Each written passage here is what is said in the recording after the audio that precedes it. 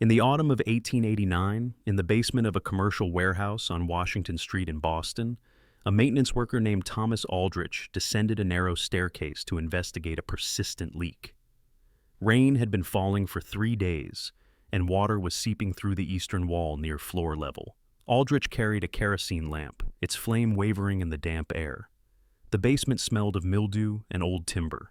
He approached the wet section of wall, expecting to find cracked mortar or displaced bricks. Instead, he found something that should not have existed.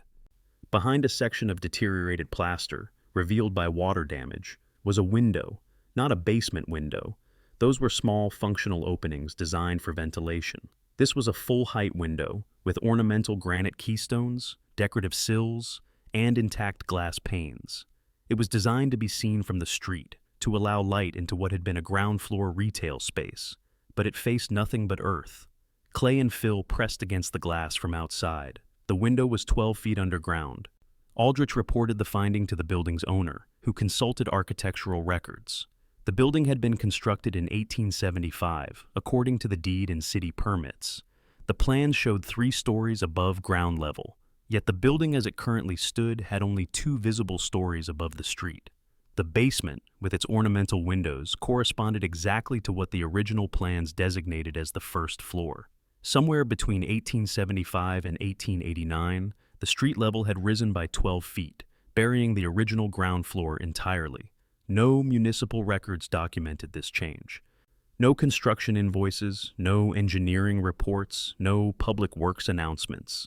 The street had simply risen, and the first floor had become a basement. The owner photographed the window before repairing the wall. The photograph, preserved in the Boston Public Works Archive, shows the granite keystone clearly visible, the decorative sill intact, the glass unbroken. The notation on the back reads, "Anomaly, Washington Street Basement, October 1889, original grade unknown." The photograph was filed and forgotten. It resurfaced during a digitization project in 2003, one image among thousands, remarkable only if one understood what it documented. Physical evidence that Boston's street level had been raised by more than a story's height, and that this transformation had occurred with so little public acknowledgement that 14 years later, the building's owner was unaware it had happened. Boston was not unique. Across North America and Europe, similar discoveries emerged throughout the late 19th and early 20th centuries. Ornamental windows underground, intact storefronts buried beneath modern streets, architectural details designed for visibility now sealed in darkness. The official explanation, when offered at all, was consistent: planned street raising for drainage and flood prevention, a gradual process of urban improvement that had simply not been comprehensively documented. Yet the evidence told a different story. The modifications were not gradual, they were abrupt, and the documentation was not merely incomplete, it was conspicuously absent. On June 28, 1893, in Cleveland, Ohio, a photographer named Ernest Howe captured an image that would become one of the most direct pieces of evidence for rapid, large-scale street-level changes. The photograph, commissioned by the city to document a resurfacing project, shows a section of Superior Street during construction. Workers stand on wooden walkways elevated approximately 10 feet above the original street level. Below them, clearly visible in the photograph's foreground, are storefront facades, display windows, doorways, painted signage reading, "Henderson Sons Dry Goods." The storefronts are intact, functional, and approximately 10 feet below the level where workers are installing new paving. The photograph is dated and includes a surveyor's notation: street elevation project, June 1893. Original grade retained below for structural support. The photograph is remarkable for what it casually documents. These are not ruins or abandoned buildings. They are finished commercial spaces, complete with glass windows and decorative cornices, that have been buried beneath a raised street level. The workers in the photograph show no indication that they are witnessing anything unusual. This was apparently routine. The official city records describe the project as street resurfacing and drainage improvement, allocating a budget of $3,200, an amount consistent with paving work, but wholly insufficient for the earthwork required to raise an entire street by 10 feet. No additional appropriations appear in the city ledgers. No invoices for fill material, No contracts for excavation or hauling, just a brief notation of street improvement and a photograph showing storefronts being buried alive. The Henderson Sons building still stands. The modern entrance is one floor above the original ground level. What was once the first floor is now a basement, accessible only through interior stairs. The windows that face Superior Street in 1892 now face compacted fill. In 2011, during renovation work, contractors discovered that the buried storefront's inventory was still in place. Fabric bolts on shelves, a cash register on the counter, bottles of ink, paper ledgers. Everything was remarkably preserved, protected from decay by the rapid burial and subsequent lack of oxygen and moisture. The discovery was documented in the contractor's report and then covered over again during the completion of renovations. The buried store was not excavated or preserved. It was simply acknowledged and resealed. By 1902 in Seattle, the pattern had become impossible to ignore. Following the Great Seattle Fire of 1889, which destroyed much of the downtown commercial district, city engineers proposed raising the street grade to address chronic flooding problems. The plan was documented, budgeted, and executed with unusual transparency. Perhaps because the fire provided political momentum for dramatic changes, engineers jacked up buildings on stilts, filled the spaces beneath with soil, brought from regrading hills, and created a new street level 8 to 12 feet above the original. The process took years and cost millions. Photographs from the period show buildings perched on temporary supports while fill was pumped beneath them. It was an enormous undertaking, meticulously recorded. Yet the Seattle grade raising, well documented as it was, revealed something troubling. A city inspector's report from 1902, preserved in the Seattle Municipal Archives, noted that during the elevation work, the crews discovered that 62 buildings in the affected area had already been buried. The inspector wrote, "Upon excavation for fill placement, we encountered structures where the current ground floor had been, according to property deeds and original construction records, designated as the second story. The original first floors were already below grade, buried under an average of 8 feet of fill material. No city records document when or how this previous burial occurred. Property owners were generally unaware, assuming their buildings had always been configured as they currently appeared." The inspector's report raises an uncomfortable question. If Seattle's official grade raising, the one carefully documented and executed between 1898 and 1910, encountered buildings that had already been buried by an earlier undocumented grade change, what was the earlier event? When had the first floors been buried? And if Seattle's residents and property owners were unaware it had happened, how widespread was the phenomenon? How many cities had undergone similar transformations that left no trace in public records? In San Francisco, the question became acute in the aftermath of the 1906 earthquake. As the city cleared rubble and began reconstruction, engineers conducting foundation surveys documented something unexpected. Buildings throughout the downtown area, even those that had not collapsed, showed foundation structures extending far below the current street grade. A survey report from 1907, authored by the engineer Hermann Schussler, described examining the foundations of a building on Market Street that had partially collapsed. The foundation, constructed of brick and reinforced concrete, extended 30 feet below the modern street level. But the structure was not a typical deep foundation. It consisted of 4 distinct finished floor levels, each with flooring, plaster walls, and in some cases, decorative molding. The report states, "The lowest level, 30 feet below current grade, appears to have been designed as a commercial space, with provision for large windows and public access. No current building code calls for 4 basement levels, nor would such construction serve any structural purpose. The floors appear to have been designed for occupation, not for foundation support." Schussler's report was filed with the city's Earthquake Commission and then archived. It was not published or widely discussed. When historians researching the 1906 earthquake examined the report in 1989, they found Schussler's observations puzzling but inconclusive. The prevailing interpretation was that the building had been constructed with unusually elaborate basements, perhaps for storage or mechanical purposes. Yet the architectural details, decorative molding, window provisions, finished floors, suggested spaces designed for human occupation, not storage, and the depth, 30 feet below street level, across 4 distinct floors, implied that either the building had sunk dramatically over time, or the street level had risen by the equivalent of a three-story building. Subsidence can cause buildings to sink. Soil compaction, groundwater extraction, and seismic activity can all gradually lower structures relative to their surroundings. But subsidence affects buildings differentially based on soil conditions and foundation design. Buildings on bedrock sink less than buildings on clay. Heavy structures sink more than light ones. The pattern in San Francisco and in Boston, Cleveland, and Seattle was different. The burial appeared uniform across broad areas, affecting buildings regardless of their foundation type or the underlying geology. Buildings on bedrock were buried at similar depths to buildings on alluvial soil. Lightweight wooden structures showed the same floor-level discrepancies as heavy masonry buildings. This was not subsidence. It was elevation change of the ground surface itself. On October 11, 1911, during excavation for a new City Hall building in New York, workers uncovered a vaulted brick chamber 19 feet below street level at the corner of Chambers Street and Center Street. The chamber, approximately 20 feet long and 12 feet wide, had a ceiling of plastered brick arches and walls finished in Prussian blue paint.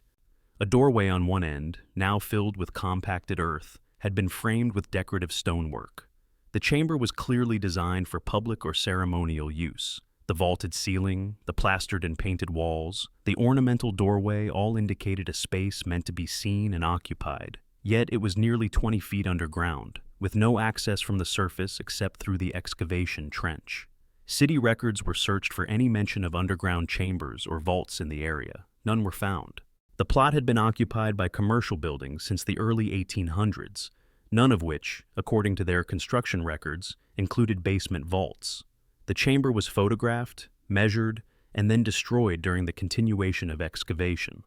The photographs, held in the New York City Municipal Archives, show the chamber clearly, the blue paint still vibrant, the stonework intact, the arched ceiling structurally sound. A notation on the back of one photograph reads, "Origin unknown, no corresponding structure in city records." Elevation suggests burial circa 1820 to 1850, based on adjacent building foundations. The notation's casualness is striking. The discovery of an elaborately finished chamber, nearly 20 feet underground, with no explanation for its existence or burial, was documented and then dismissed as an architectural curiosity. The question of how such a chamber came to be buried so deeply was not pursued. The possibility that the street level in Lower Manhattan had risen by nearly 20 feet over a few decades was not seriously considered, despite the physical evidence lying exposed in the excavation trench. Toronto presents a particularly well-documented case. In 1985, during construction for an extension of the subway system, workers excavating beneath Front Street uncovered a series of storefronts approximately 6 meters below the current street level. The storefronts were intact. Wooden door frames, glass display windows, painted signage. One sign read, "KOG Pro S, quality goods since 1867. The wood was remarkably preserved, suggesting rapid burial that had sealed the structures from oxygen and moisture. Archaeologists from the University of Toronto were called to document the finding. Their report, published in 1986, noted that the storefronts dated to the 1860s based on architectural style and the dated signage. Yet, city records showed no evidence of street raising in the Front Street area during the late 19th or early 20th centuries. The report concluded, "The burial mechanism remains unclear. While gradual accumulation of street material over decades could account for some elevation change, the depth and completeness of burial suggest a more rapid process. The preservation state of organic materials, wood, paper, textiles found in the storefronts, indicates burial occurred quickly enough to exclude aerobic decomposition. The Toronto storefronts were documented, then covered over as subway construction continued. No excavation was undertaken. No effort was made to preserve the buried street level as an archaeological site. The discovery was catalogued and forgotten. One more instance of buried architecture that defied easy explanation. In 1998, a civil engineering firm contracted to survey underground utilities in Philadelphia discovered something unexpected while using ground-penetrating radar near Independence Hall. The radar images showed regular geometric structures approximately 14 feet below the current street surface. Walls, floors, what appeared to be intact rooms. Further investigation with test excavations revealed a brick-paved street with adjacent building foundations, all buried beneath the modern city. The street level was consistent with late 18th century Philadelphia, based on comparison with archaeological sites from that period, but no historical records documented its burial. The modern street was simply 14 feet higher than the original colonial grade. The engineering firm's report recommended against full excavation, citing cost and disruption to existing infrastructure. The buried street was noted, its position recorded in city utility maps, and the excavation was backfilled. The report circulated within city engineering departments, but was not publicly released until a Freedom of Information request in 2012 made it available to researchers. By then, the location had been paved over multiple times, and the exact position of the buried colonial street was approximate, known only from the 1998 radar survey and brief test excavation.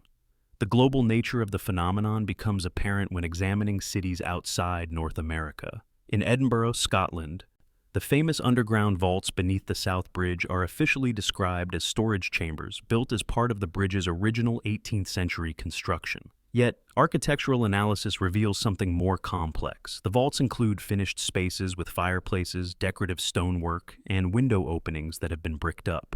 These were not designed as storage. They were designed as shops, taverns, and residences.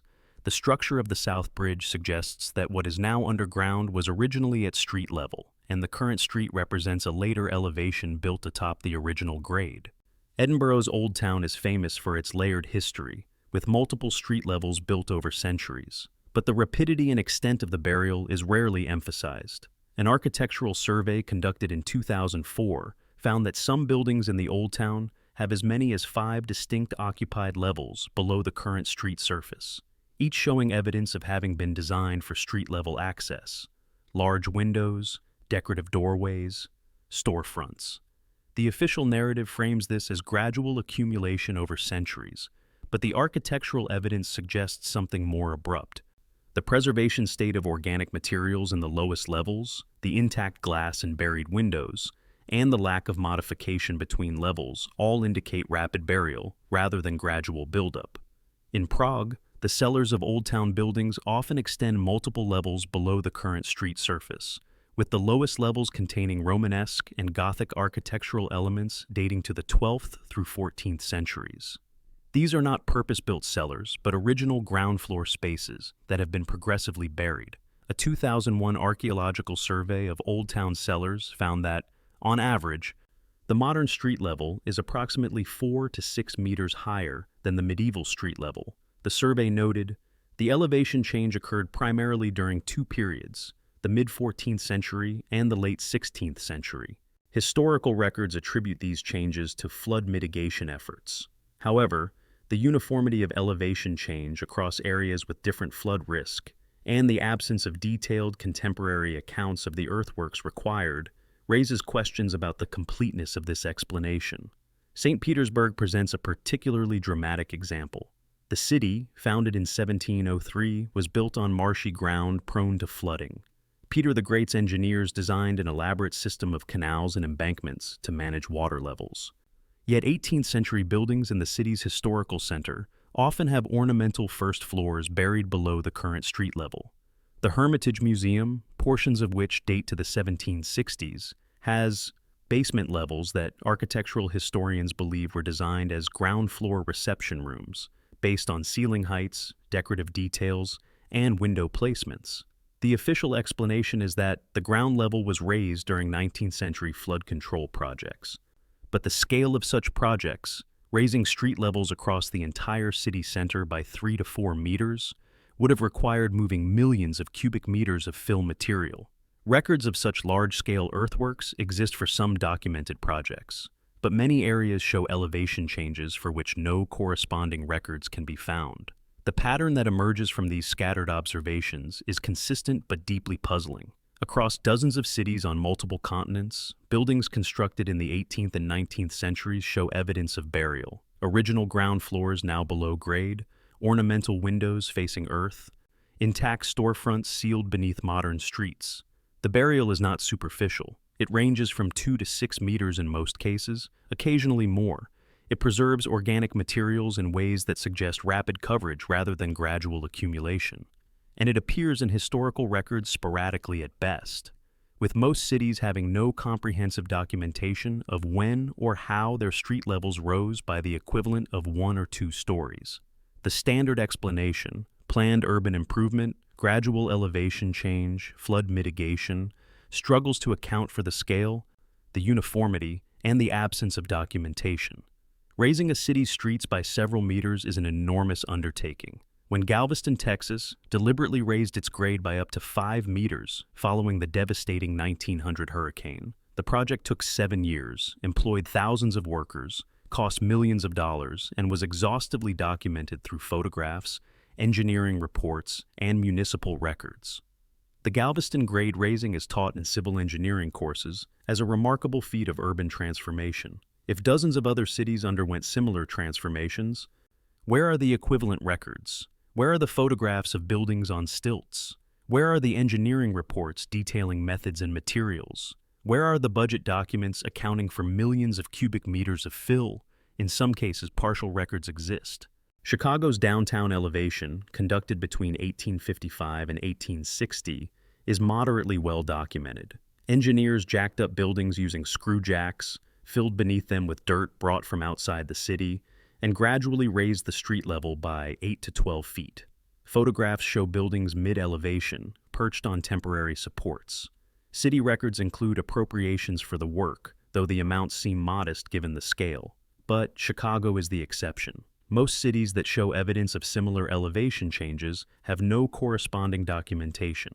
The buildings were buried, and the burial was not recorded, or the records were not preserved, or the process was so gradual and incremental that it escaped comprehensive documentation. Yet the evidence contradicts the idea of gradual change. Organic materials preserved in buried storefronts, wood, paper, textiles, even foodstuffs, show minimal decay, consistent with rapid burial that sealed them from oxygen and moisture before significant decomposition could occur. Intact glass and buried windows suggest they were not exposed to weather over extended periods. The absence of intermediate modifications, businesses continuing to operate while street levels gradually rose around them, indicates the burial was relatively sudden. Gradual elevation change over decades would have required continuous adaptation by building owners. There would be records of businesses relocating entrances, rebuilding storefronts, dealing with accessibility problems as streets rose incrementally. These records are largely absent. On March 15, 2019, a construction crew breaking ground for a new office building in Philadelphia's Old City District encountered something unexpected. Approximately 4.5 meters below the modern street surface, they found a cobblestone street in excellent condition. The cobblestones were uniform and well laid, showing clear evidence of having been a functional roadway. Along the street's edges, brick foundations were visible, the bases of buildings, likely from the early 19th century, based on the masonry style. The crew photographed the discovery and reported it to the city's historical commission. The commission sent an archaeologist to examine the site. The archaeologist documented the street's position, photographed the cobblestones and foundations, and confirmed that this represented an earlier street level, now buried beneath nearly 5 meters of fill. The report concluded street dating approximately 1820 to 1840 based on cobblestone type and masonry style of adjacent foundations. Burial mechanism undocumented in city records. No evidence of gradual accumulation. Fill layer shows uniform composition suggesting single or limited deposition events. The construction crew was instructed to document the GPS coordinates of the buried street and then continue with excavation. The cobblestones and foundations were broken up and removed. The site is now a modern office building. The buried street exists only in photographs and survey notes, one more data point in a pattern that repeats across cities worldwide.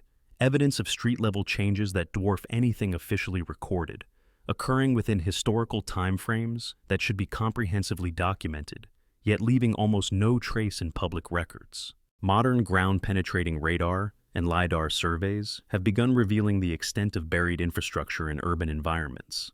A 2021 study using GPR to map underground utilities in Boston detected extensive anomalies beneath the downtown streets.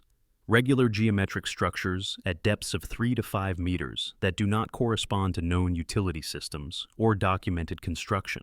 The anomalies have the signatures of building foundations, walls, and paved surfaces. The study's authors noted, the depth and extent of these structures suggest an earlier street level substantially below current grade.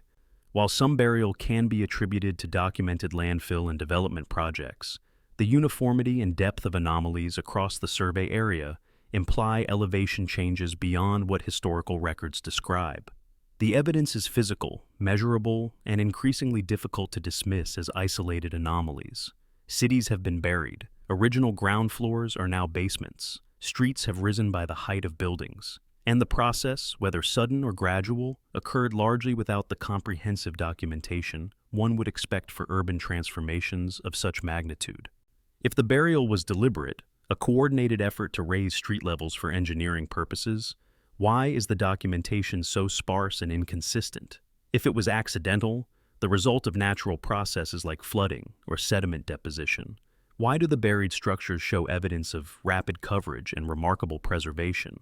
And if it was something else entirely, an event or process outside conventional historical frameworks, how does one even begin to formulate that hypothesis based on fragmented evidence scattered across archives, basements, and excavation reports? The pattern persists. Construction crews continue to encounter buried streets, intact storefronts, ornamental windows facing earth. Each discovery is documented, noted in reports, and then usually covered over again as development continues. The information accumulates in scattered archives, city engineering departments, archaeological firms, historical societies, but is rarely synthesized or analyzed as a coherent phenomenon. Each buried street is treated as a local curiosity, an isolated instance of undocumented urban change, rather than as part of a global pattern that suggests something fundamental about 19th century urban history remains unacknowledged or unexplained. The buildings themselves wait, their buried floors sealed in darkness, their windows pressed against earth, their storefronts intact with inventory still on shelves.